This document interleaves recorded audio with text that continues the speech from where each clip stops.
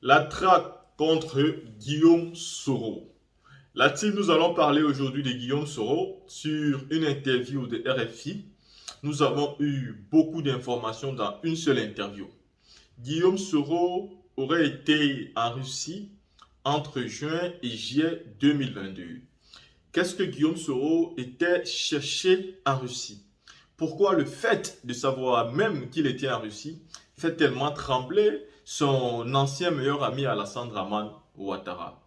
Est-ce qu'avec l'aide du professeur Franklin Nyamsi, comme nous allons l'écouter dans cette vidéo, Guillaume Soro a pu gagner un rendez-vous avec Vladimir Poutine?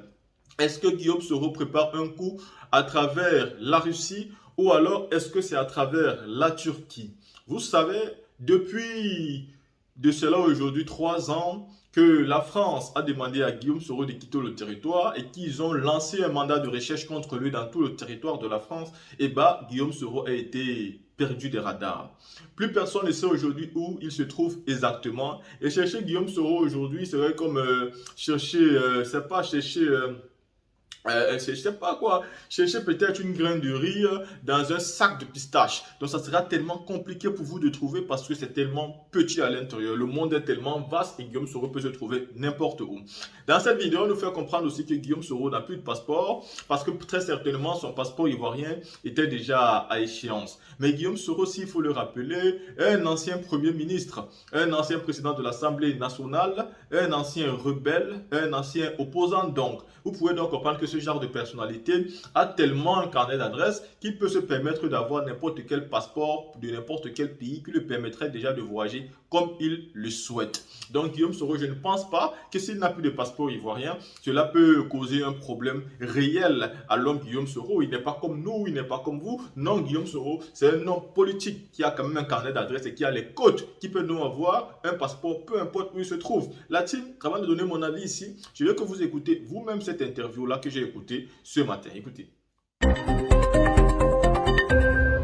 Avec vous, Norbert Navarro, à la une de la presse française ce matin, Guillaume Soro, la traque. Près de 3 ans après avoir été invité à quitter la France, Guillaume Soro demeure introuvable, énonce Jeune Afrique. Depuis 2 ans, la localisation et les mouvements de l'ex-premier ministre, ex-président de l'Assemblée nationale et ex-chef de la rébellion en Côte d'Ivoire sont l'objet de toutes les attentions au sein des services de renseignement ivoiriens, signalant que les passeports ivoiriens de Guillaume Soro arrivent bientôt à expiration.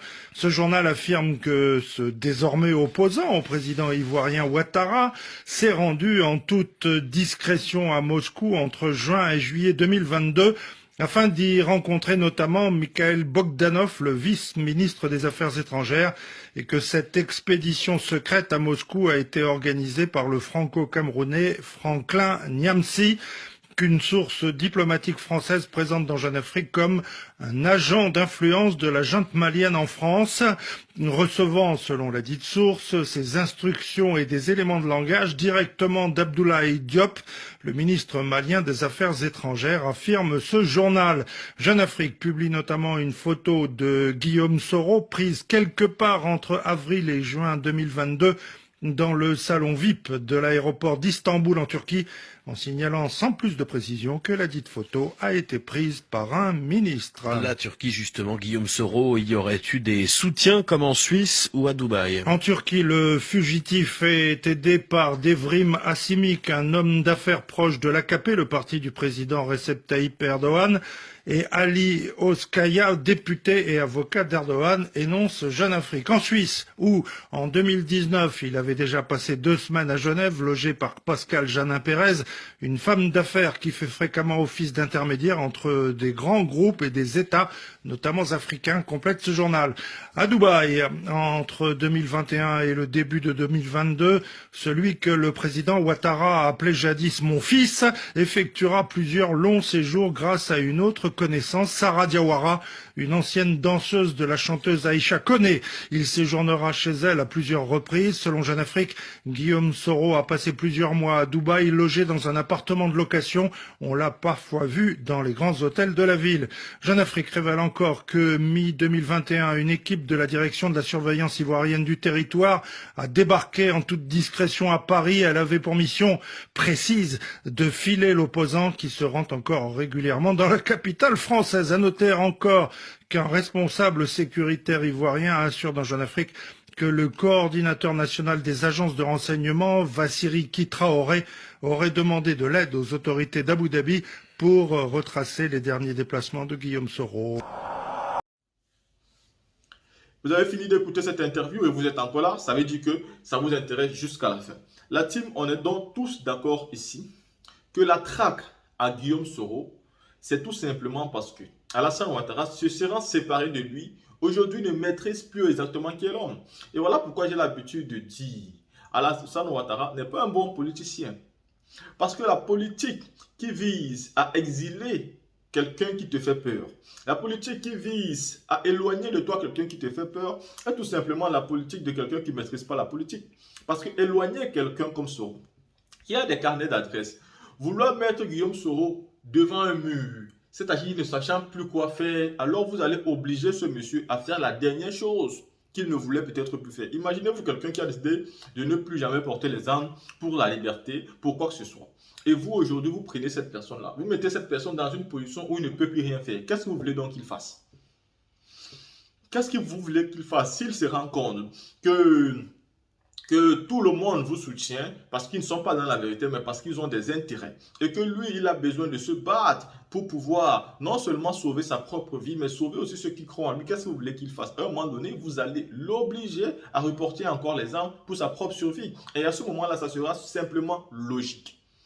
Vous ne pouvez pas l'obliger à être en exil. Vous ne pouvez pas l'obliger à mener une vie dont il n'a plus envie de mener. Il faut bien que nous convenons aujourd'hui que si demain Guillaume Soro reporte les armes pour sa propre survie, et bien là, moi, je serais totalement d'accord avec lui. Je serais totalement d'accord avec lui. Parce que même si c'est moi, vous ne pouvez pas prendre le pouvoir, confisquer le pouvoir, le garder pour vous et imposer aux fils de la Côte d'Ivoire de sortir du pays et d'être des apatrides. À un moment donné, ces enfants-là qui n'auront plus absolument rien à faire, auront donc une seule chose à faire, c'est de vous combattre. Et peu importe les manières, pour qu'ils puissent être reconnus une bonne fois pour tous comme étant aussi les fils de la Côte d'Ivoire.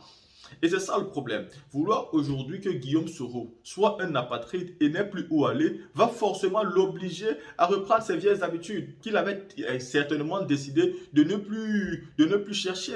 Il est passé par la voie politique. Il dit qu'il veut être président de la République. Il dit qu'il va demander le pardon. Il dit qu'il veut se repentir.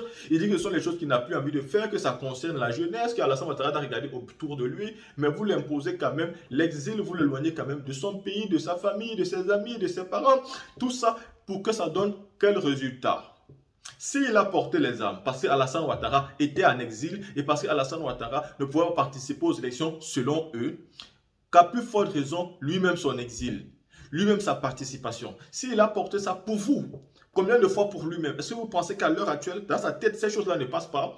Dites-vous donc que c'est une très mauvaise stratégie, une très mauvaise politique. La meilleure politique était celle de Gbagbo, mais même ça a toujours amené les armes. Parce que la politique la plus bonne, c'est de ne pas laisser, c'est-à-dire c'est de ne pas éloigner tes adversaires. Plus tes adversaires sont proches de toi, plus tu sais comment les prendre. Mais quand tu les éloignes, ça, tu ne sais pas par où ils vont te frapper. La team, dites-moi ce que vous pensez par rapport à cette interview et on se voit pour une prochaine vidéo.